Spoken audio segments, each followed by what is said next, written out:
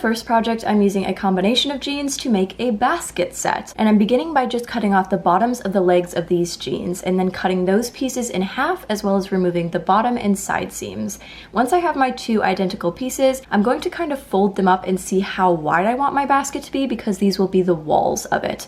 I took off about 1.5 inches and did the same for the other, except you're gonna want to cut this strip either a bit larger or a bit smaller than the other so they are slightly different in length. Then I'm going to fold each piece up and pin at the side to sew later. With that done, I'm grabbing another piece of material from the same jeans and then opening up the previous pieces and marking around that with a Sharpie so that I can cut around it and get the proper size for the base of the basket. Again, one circle will be slightly larger than the other so that later on they can fit inside of each other and the basket will be able to hold its shape better. With my pieces cut out though, I'm grabbing some string and my needle and heading outside to finish them up. I am first starting off by doing the side seam, which I'm using pretty small back stitches for just because it's the main supportive seam of the basket and I want it to be pretty strong. Once I get to the other side, however, I'm just knotting it and snipping the thread. Now that that's done, I'm just placing the circle at one side of the bottom of the loop and pinning that as well as the opposite side and then twice more in between those. This can be kind of tricky to sew just because it is a rounded shape, but if you align it properly with the pins and take it slow, it should line up well. Again, once I'm at the end, I'm just knotting it and snipping the thread. Flipping it right side out, you can see how the base is now attached to the bottom of it, but of course you'll need to do the exact same thing to the other two pieces. So once you have both of them done, you're gonna actually want to turn the smaller one back inside out so that you can place it into the other one. And now you can see how I haven't hemmed the tops of these, and that's because you're going to want to fold them into each other to create that clean seam. But you also don't want them to pull apart from each other, so I'm going to thread my needle again and do a simple ladder stitch all the way around the perimeter so that everything stays together. Now once you're done with the ladder stitch, the base of the basket is complete and you can leave it here, but I thought adding handles could be cool, so I grabbed an extra strip of fabric, cut it into two, making sure the lengths were equal, and then starting off on one, I'm kind of double folding it over onto itself and then used a felling stitch to tack that in place. And once that seam is done and the pins are removed, I'm setting my basket on the side and seam ripping a few of the ladder stitches so that I can place each end of the handle inside of that and re-ladder stitch around that to secure the handles in place. I of course did the same exact thing for the other handle and attached it the same way as well. And here are the completed baskets with and without the handles.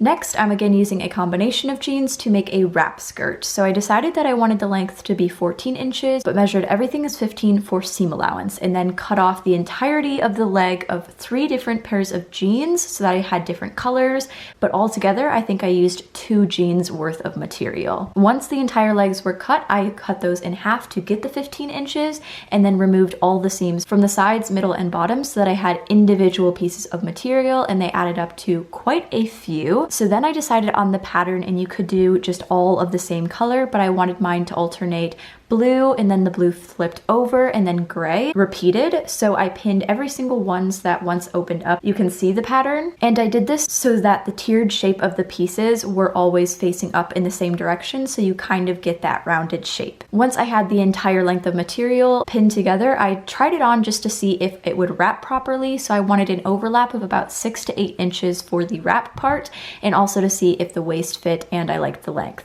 It was all good though, so I sewed down every single one of those pin lines. This took quite a while, but I think it was totally worth it to have each individual panel because I really liked the differentiation of the colors. Once all of the seams were done, I just folded up the bottom twice to hem it, as well as hemming both of the edges that would be overlapping. Once that was done, I grabbed the top of 2 different jeans and cut out the waistband, and then cut those in half and spliced them together. You could just use one single waistband, but I wanted mine to be 2 different colors, so that's why I sewed together separate ones. Then I just evened up the top of the skirt because some of my measurements got a little funky before I just placed the belt face down at the top, pinned, and then hand sewed the 2 pieces together. And after that, it was done.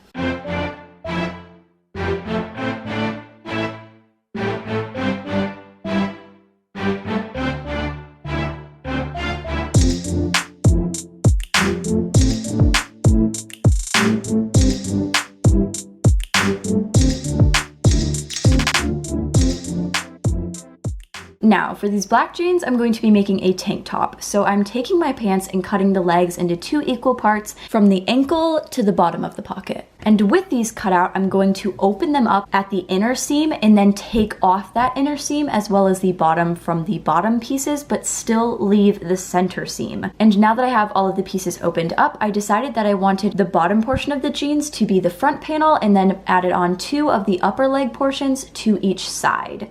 I sewed those 2 seams with it still being open, not into a loop yet. I tried it on and then marked where I needed to take it in, as well as evening up the top. After sewing it into a loop, I tried it on again and still needed to take in another inch. So after doing that, I just hemmed both the top and bottom by rolling it twice and sewing with a straight stitch. To finish it off, we need some straps, so I grabbed the top of my jeans once again and cut out the waistband. I'm going to cut my waistband in half. It ended up working very well for a strap, and what I'm going to do is just flip under that excess and then fell it down on the opposite side so that it is a clean seam and will look good for straps.